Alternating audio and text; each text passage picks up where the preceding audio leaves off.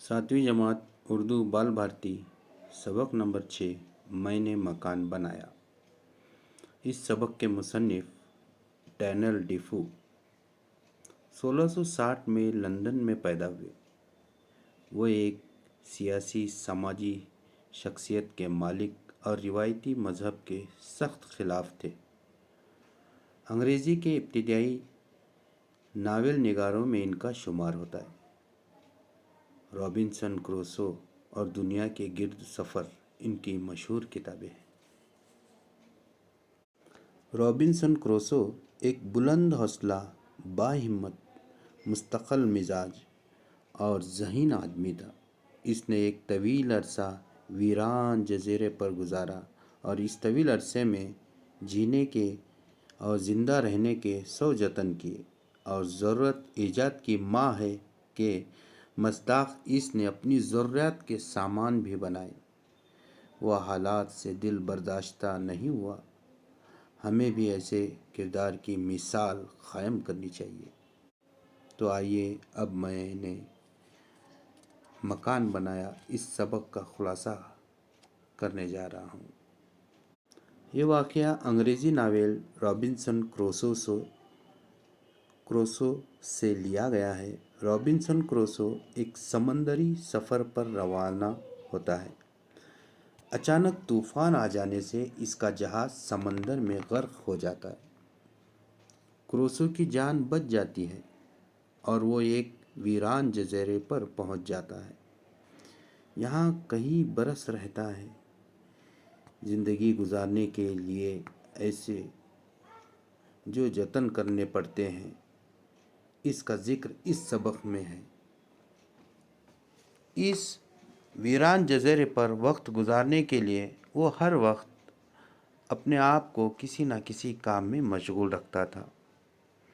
इसने गार की छत में लकड़ी के तख्ते लगाए, जिन्हें लकड़ी के बल्लियों से जोड़ दिया। इस तरह गार में छोटी छोटी कई कोठरियाँ सी बन गई। मोमबत्तियाँ ख़त्म होने पर मिट्टी का चिराग बनाकर इसमें बकरी की चर्बी डालकर जलाने लगा। जहाज़ पर से जो रोटियां ले आया था, इनमें से रोज़ाना एक रोटी खाकर गुज़र बसर करने लगा। किनारे पर कछुए के अंडे मिले तो इन्हें खाने लगा। पहाड़ी पर मेवेदार दरख्तों से इसे मीठे और जायकेदार फल मिले। दिन गुज़रते गए और 1 साल हो गया। इस दिन इसने रोज़ा रखा और खुदा को याद किया। इसने अपने घर के चारों तरफ लकड़ी की शाखें काट कर घेरे की सूरत में गाड़ दी, जो बरसात में बड़े बड़े दरख्तों की शक्ल इख्तियार कर गई। फिर इसने दूसरा घर बनाया। अब वो गर्मी और जंगली जानवरों से महफूज हो गया। इसने बकरियां पाली ताकि इसे गोश्त और दूध की कमी ना हो। एक तोता पाला जिसके लिए एक पिंजरा भी बनाया। ये तोता खूब बोलता था। अब जज़ीरे में रहते हुए इसे 2 साल बीत गए थे। ज़मीन तैयार करके इसने धान और जू बो दिए। फसल काटने के लिए तलवार से दराती बनाई। इसे ढेर सारा गल्ला हासिल हुआ। ज़रूरत के तहत मिट्टी के बर्तन बनाए, इन्हें आग पर पकाया। सख्त लकड़ी से एक ओखली मौसल तैयार किए। दरख्त की छाल से छलनी बनाई। अब वो रोटियां भी सेंकने लगा था और चावल भी उबाल लेता था। सही में ज़रूरत ईजाद की माँ है। इस जज़ीरे में रहते रहते इसे 4 साल बीत गए। इसके पास ज़रूरत की हर चीज़ मौजूद थी। वो आज़ाद था। वहाँ का राजा अपनी मर्ज़ी से हर काम करने वाला। इसकी ज़िंदगी आराम से गुज़र रही थी। फिर इसने एक डोंगी बनाई।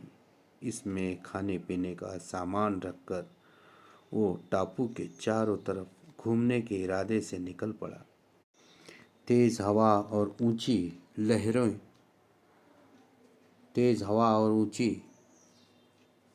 लहरों मुकाबला करता हुआ وہ اپنے سفر میں مصروف رہا۔ ہوا کا رخ بدلنے پر ڈونگی کنارے آ لگی۔ اس نے خدا کا شکر ادا کیا۔ تھکن سے چور تھا، اس لیے ریت پر پڑ کر سو گیا۔ اس کی آنکھ اس وقت کھلی جب اسے لگا جیسے کوئی اس کا نام لے کر پکار رہا ہو۔ وہ اس آواز کو اپنا وہم سمجھ رہا تھا، مگر وہ وہم نہیں تھا۔ اس کا طوطا اس کے کندھے پر بیٹھا اسے پکار رہا تھا۔ اس نے طوطے کو اپنے ساتھ لیا اور اپنے غار والے گھر میں واپس آ گیا۔ اس دشوار گزار سفر کے بعد اس کا گھر اسے سکون و آرام کا گہوارہ معلوم ہو رہا تھا۔